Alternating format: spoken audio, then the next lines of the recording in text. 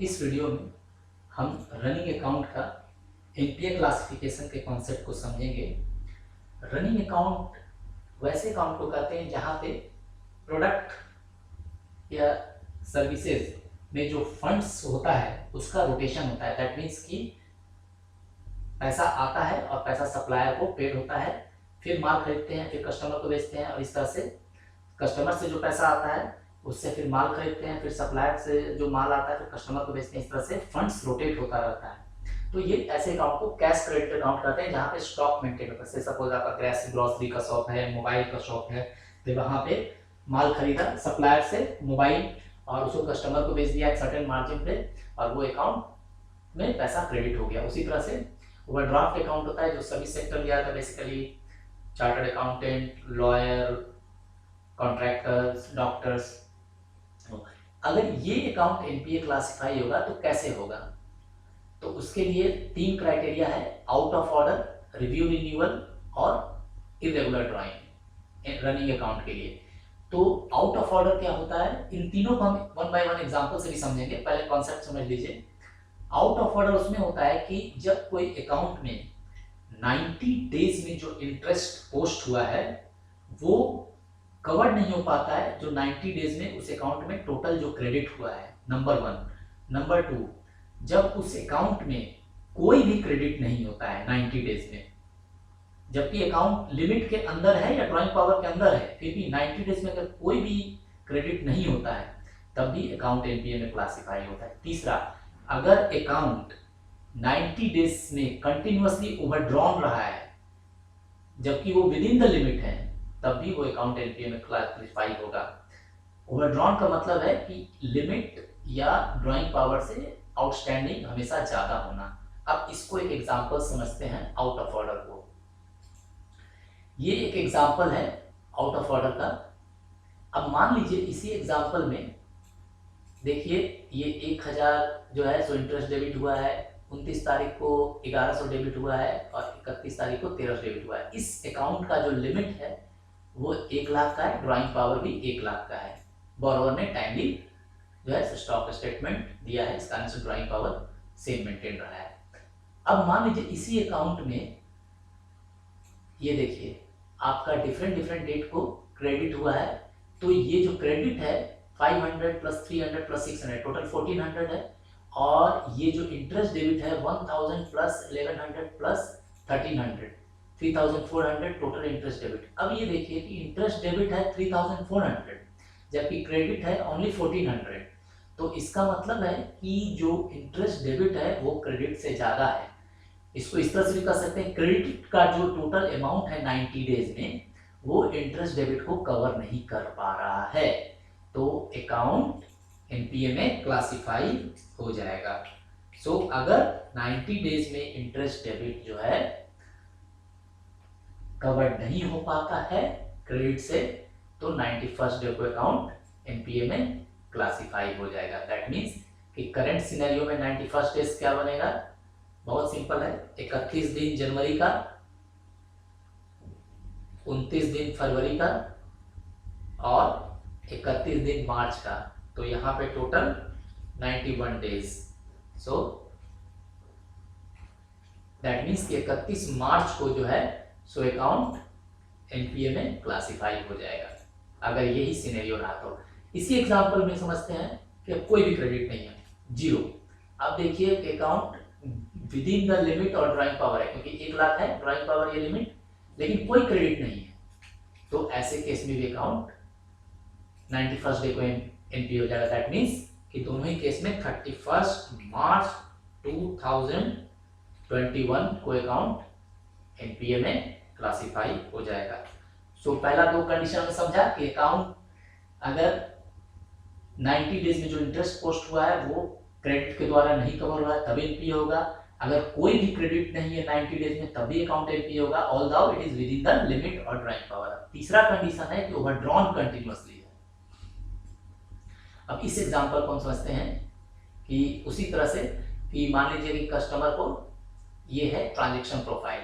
अब मान लीजिए कस्टमर ने 1 फरवरी को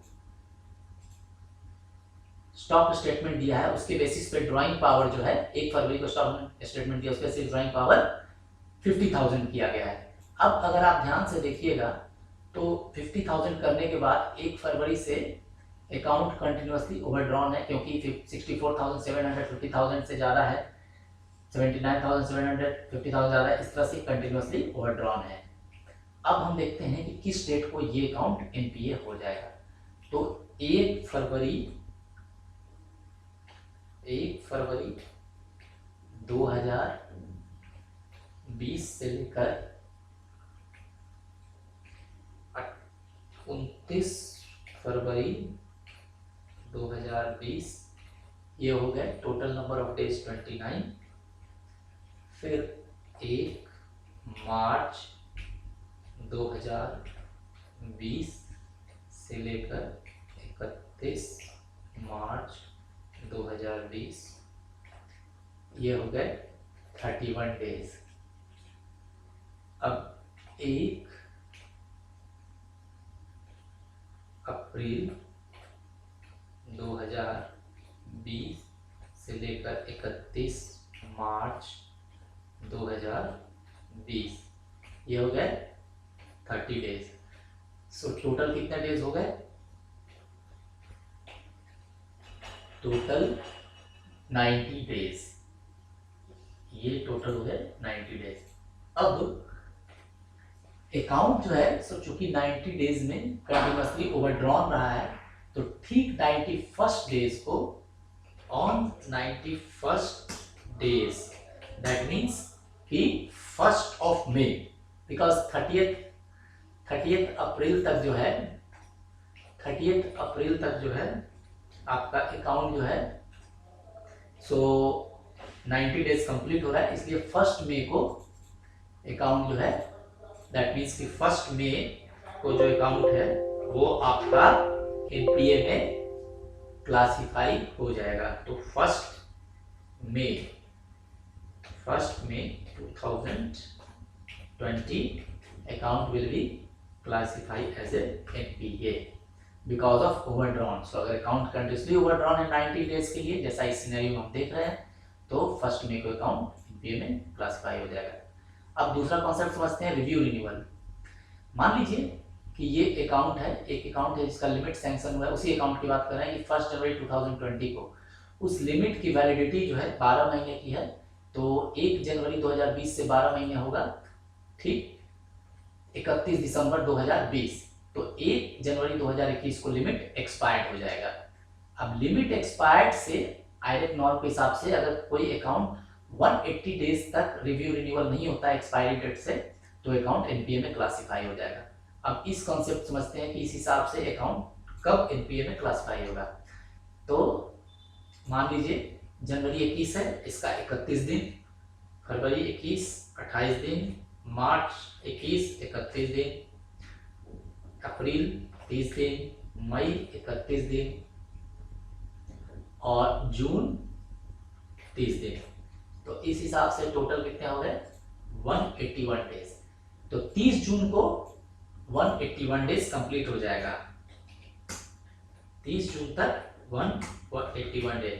तो 29 जून को कितना होगा 180 डेज। सो 29 जून तक 180 डेज एंड 30 जून को 181 डेज। सो ठीक 181 डेज को अकाउंट एनपीए में क्लासिफाई हो जाएगा। तो इस तरह से रिव्यू रिन्यूअल कारण अकाउंट क्लासिफाई होगा अगर रिव्यू रिन्यूअल टाइमली नहीं होता है तो। तीसरा कॉन्सेप्ट है स्टॉक। अकाउंट में अगर स्टॉक की एंट्री प्रॉपर नहीं होगी तो भी अकाउंट एनपीए में क्लासिफाई हो जाएगा। वो कैसे वो कॉन्सेप्ट वर्क करेगा कि मान लीजिए कि लास्ट स्टेटमेंट जो दिया हुआ है वो है दिसंबर में। अब बोरोवर ने जनवरी में स्टेटमेंट नहीं दिया, फरवरी में नहीं दिया, मार्च में नहीं दिया। अगर 3 महीने तक कंटिन्यूअस स्टेटमेंट नहीं दिया जाता है तो उसको इरेगुलर ड्राइंग कहते हैं आईरेक नॉर्म में। तो 3 महीने तक कंटिन्यूअस नहीं देने के बाद ठीक 90 डेज के बाद अकाउंट एनपीए में क्लासिफाई होता है। दैट मीन्स कि अप्रैल का अगर अप्रैल 21 है तो 30 दिन अप्रैल का, मई 21 है तो 31 दिन मई का और टिल जून 29 डेज होगा। टिल जून 29 डेज होगा।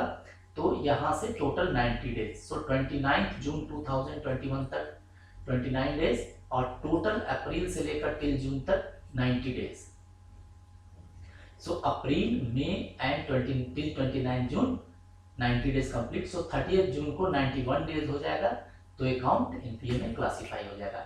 सो नट सेल में क्या था, स्टॉक स्टेटमेंट सिंपल टर्म में कि अगर 3 इरेगुलर ड्राइंग है और वहां से ठीक 90 डेज के बाद अकाउंट एनपीए में क्लासिफाई हो जाएगा। इन सभी के अलावा एक और बहुत ही इंपॉर्टेंट कॉन्सेप्ट है कि अकाउंट एनपीए में क्लासिफाई होगा अगर ये सारा कुछ पर्टिकुलर है, रिव्यू रिन्यूअल परफेक्ट है, अकाउंट आउट ऑफ ऑर्डर नहीं है, स्टॉक स्टेटमेंट रेगुलर है, फिर भी अकाउंट एनपीए में क्लासिफाई होता है, क्यों? कमेंट सेक्शन में जरूर लिखिएगा। एक हिंट मैं दे रहा हूं, परकुलेशन इफेक्ट। सो ये कॉन्सेप्ट है जो होपफुली आपको समझ में आया होगा। अभी आपके लिए एक होमवर्क है कि मान लीजिए एक अकाउंट जो है 1 अप्रैल 2020 को सैंक्शन होता है, 5 लाख का लिमिट है, और ये अकाउंट जो है तो 31 मार्च 2021 तक वैलिड है, क्योंकि बोरोवर ने फाइनेंशियल स्टेटमेंट प्रॉपर दिया है। अब इस अकाउंट में एनपीए डेट क्या होगा, इफ नो फाइनेंशियल